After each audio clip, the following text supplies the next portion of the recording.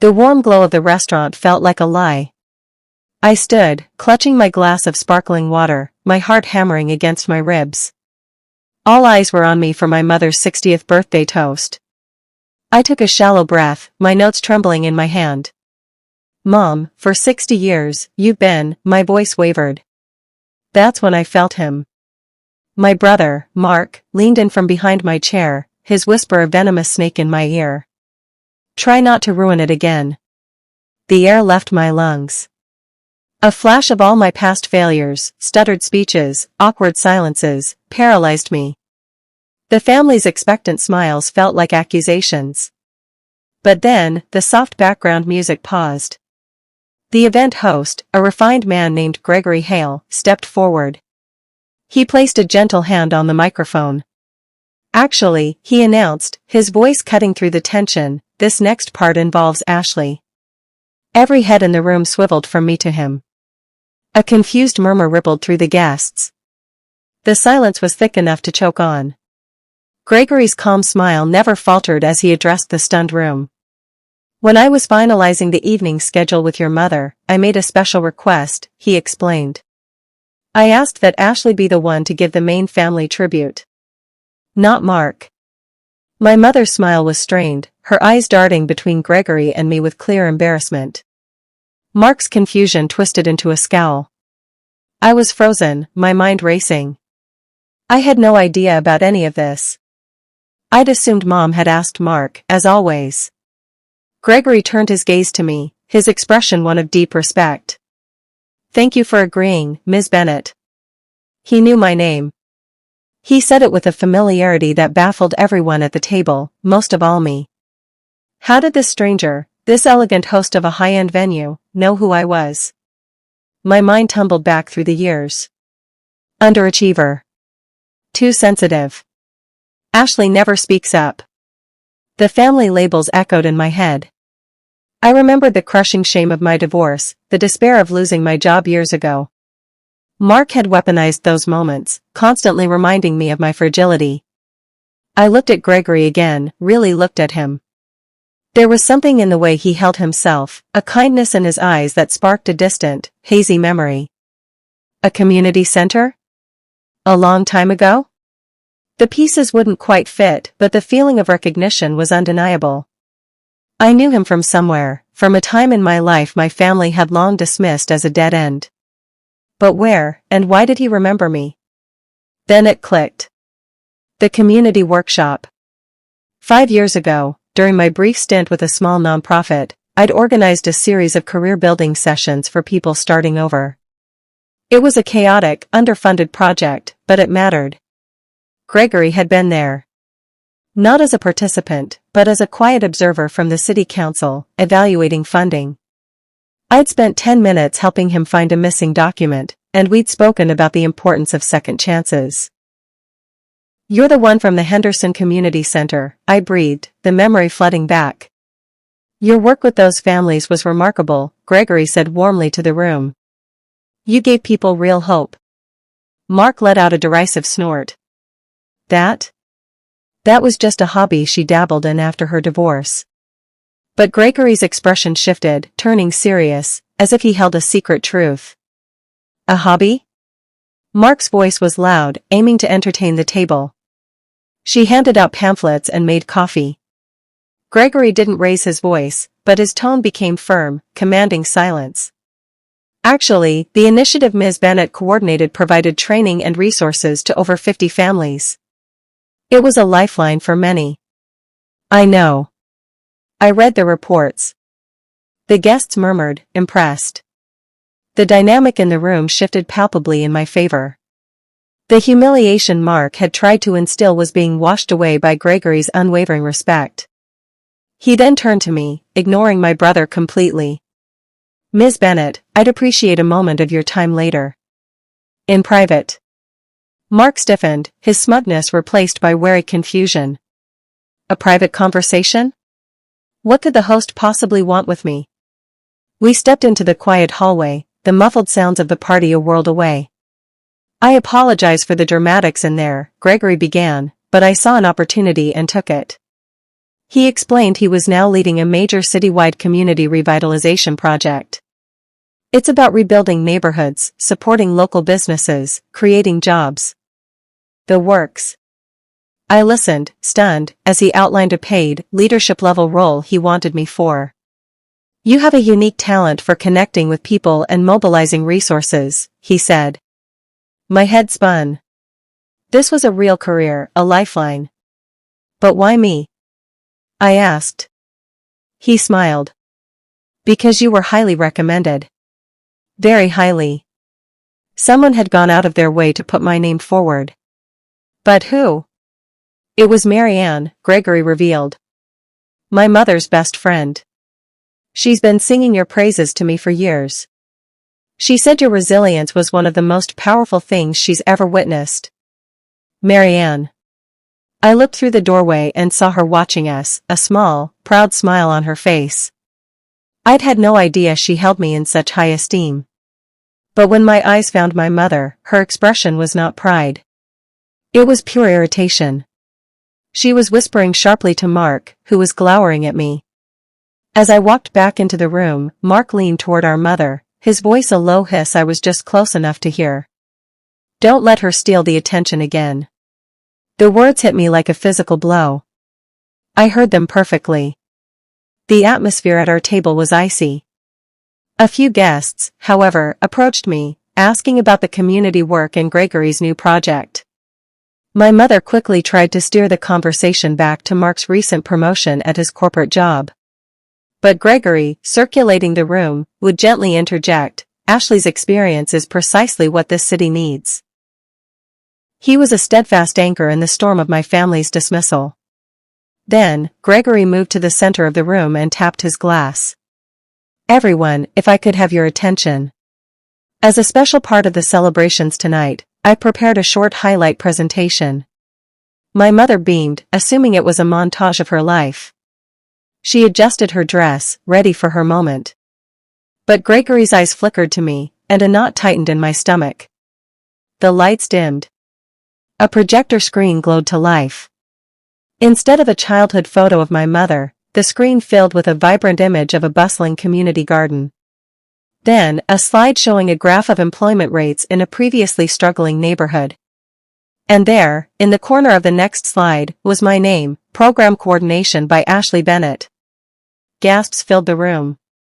My mother's face went from confused to mortified. Mark shot to his feet. Ashley!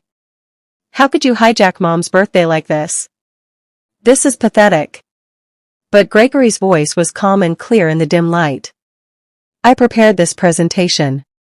Ashley had no knowledge of it. I believe recognition is long overdue. Enraged, Mark stormed away from the table, roughly grabbing our mother's arm and pulling her with him. I needed air. I slipped out a side door into the cool night, my emotions in turmoil. That's when I heard their voices around the corner. Mark was in Gregory's face, his voice trembling with anger. Stop lying to her.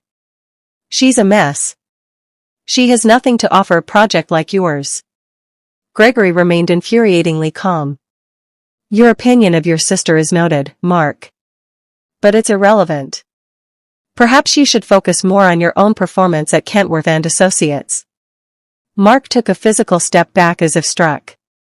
How do you know where I work? He stammered. I held my breath. How did Gregory know that? It was a detail I'd never shared. I know because Kentworth and Associates retained my consulting firm 3 months ago to review their operational structure, Gregory stated coolly. I've been in your offices. I've seen your work. More importantly, I've witnessed how you treat the support staff. It's not a picture of leadership, Mark. I leaned against the wall, my hand over my mouth. Mark's perfect career was a facade? He turned pale, his bluster completely deflated. Gregory continued, his voice low but sharp. The final review is being presented to the board on Monday. I can assure you, significant changes are coming. He wasn't just a host, he held power in the real world, and he had just revealed he held Mark's future in his hands. Shaken, I went back inside. My mother immediately cornered me near the restrooms, her eyes blazing. How dare you embarrass us like this? On my birthday. Everything always has to be about you, doesn't it? A lifetime of silence broke inside me. Why is my success always a threat to you? I asked, my voice quieter than I expected. She faltered, caught off guard. Don't be dramatic, Ashley.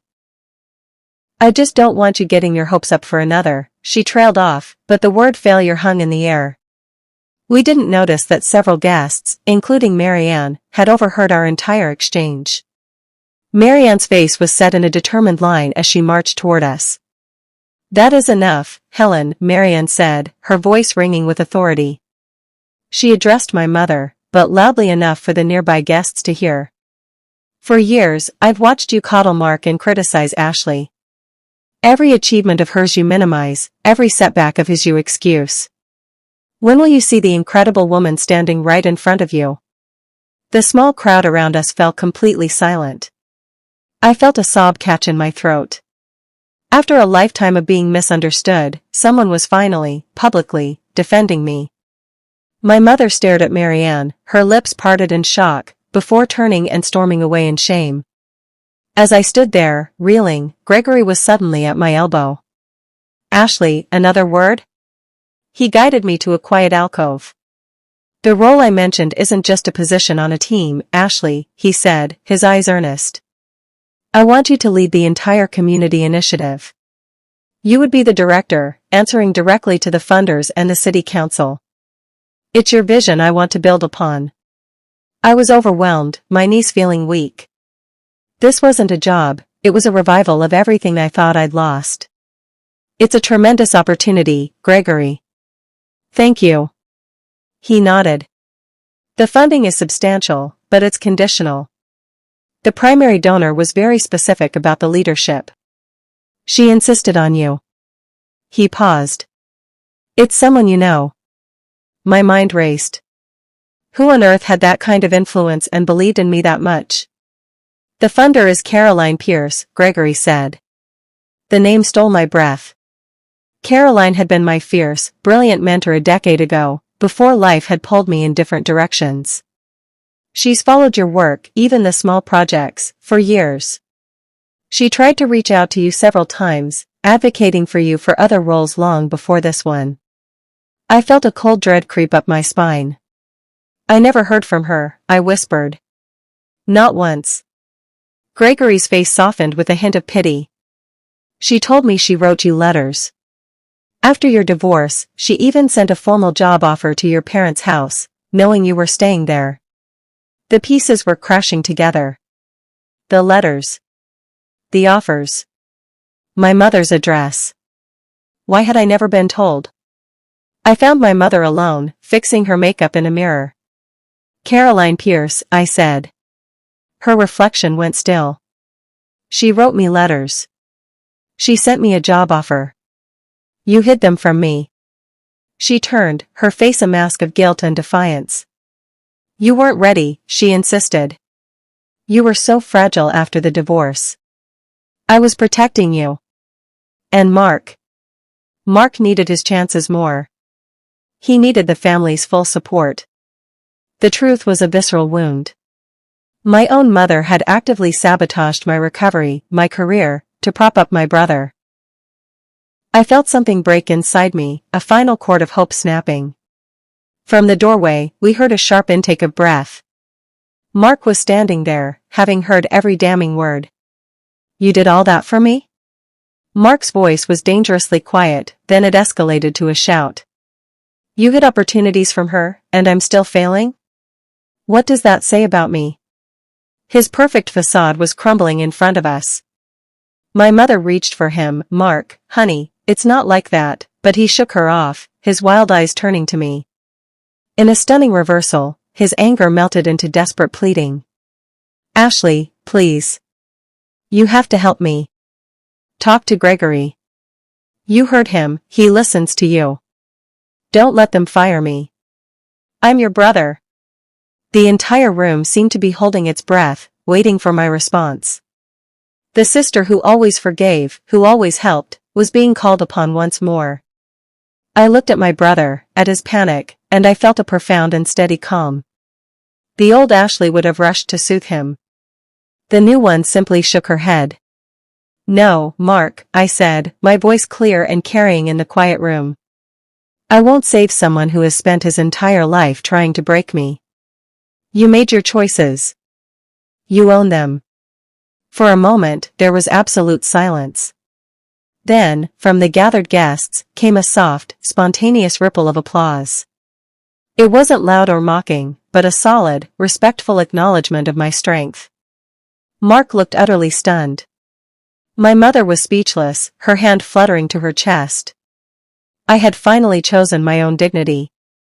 As the applause faded, Gregory walked toward me, holding a sleek leather portfolio. He opened it to reveal a formal contract. As we discussed, Ashley. The directorship. He offered me a pen.